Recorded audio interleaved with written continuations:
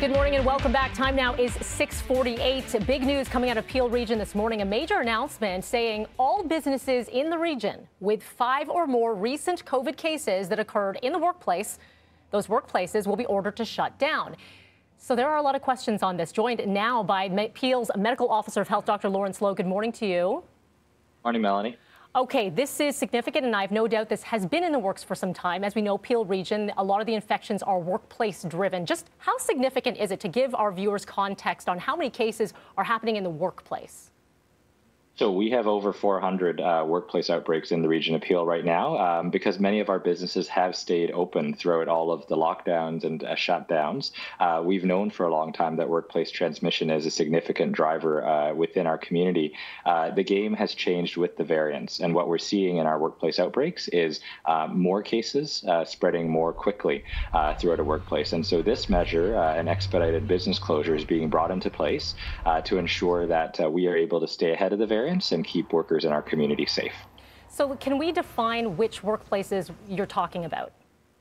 So we do have a list of exemptions around the closures, but really at this point in time, it's any workplace in the region of Peel, 5 or more cases that could reasonably have been acquired on site, or that for which there's no alternative explanation.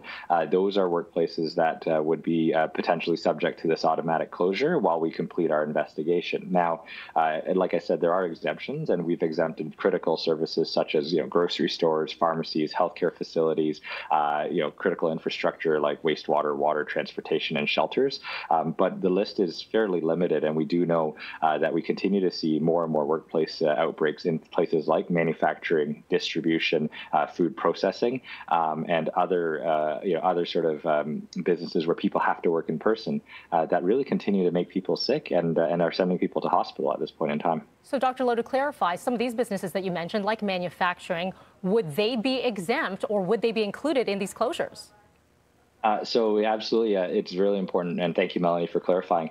We have a very short list of exemptions that we're reviewing in the course of developing our Section 22, but we do know that for manufacturing, for warehousing, for distributing, there would likely not be an exemption. Of course, there is an exemption for our discretion, at least as public health, in the event that we, conduct our investigation and determine that this pattern of spread is not consistent with the need for a closure. But because the variant spread so quickly, we are just finding that it needs to be 5 cases. If it's linked to the workplace in some form or another, we need to move to close, and we need to move to investigate and keep people safe. Looking at a timeline, Dr. Lowe, Region of Peel tweeting the first closure could be ordered as soon as April 23rd. Okay, so we're on the 20th today, and that is for which reason? To notify employees and employers? That's correct. I mean, we've generally tried to give at least 3 days notice to our community when we're bringing new changes in. It also gives us an opportunity to finalize both the section order, which will be released later today, as well as to identify which businesses or businesses that are either currently under investigation or awaiting assignment for investigation that might then be subject to the new provisions.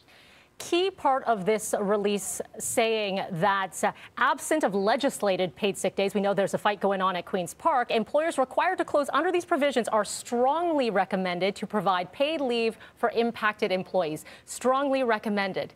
Interesting wording here. And do you believe that employers will do that? Well, I'm really hopeful that employers will understand why this measure is being taken. We are seeing that when COVID-19 gets into our workplaces, it is spreading further and faster with the variants that are circulating in our community. And we're hoping that if they are closed with the provisions of this order, if they are taking that step to keep our community safe, that they'll take care of their employees who are also doing the right thing to keep the residents of Peel, free from COVID-19. Very quickly for you, what will enforcement look like? What if there is a big giant company, I'm not going to say their names, that wants to stay open and are willing to accept some sorts of fines? How do you enforce stay-at-home order? Well, I mean, I think leaving aside the ramifications of, basically publicly, because we will be listing workplaces that are closed under these provisions, so they'll know that they were ordered to be closed.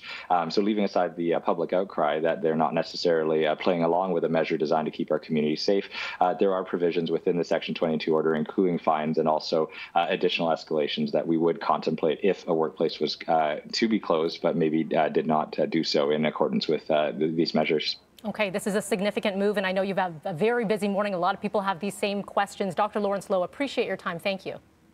Thanks for having me today. All right, your time right now is 6:53. Coming up after the break, we still have a lot of questions, and a lot of people have questions about this shot. The AstraZeneca one in Ontario begins rolling out to anyone 40 and over as of today. We are going to break down the numbers when it comes to risk versus benefit with a doctor up next.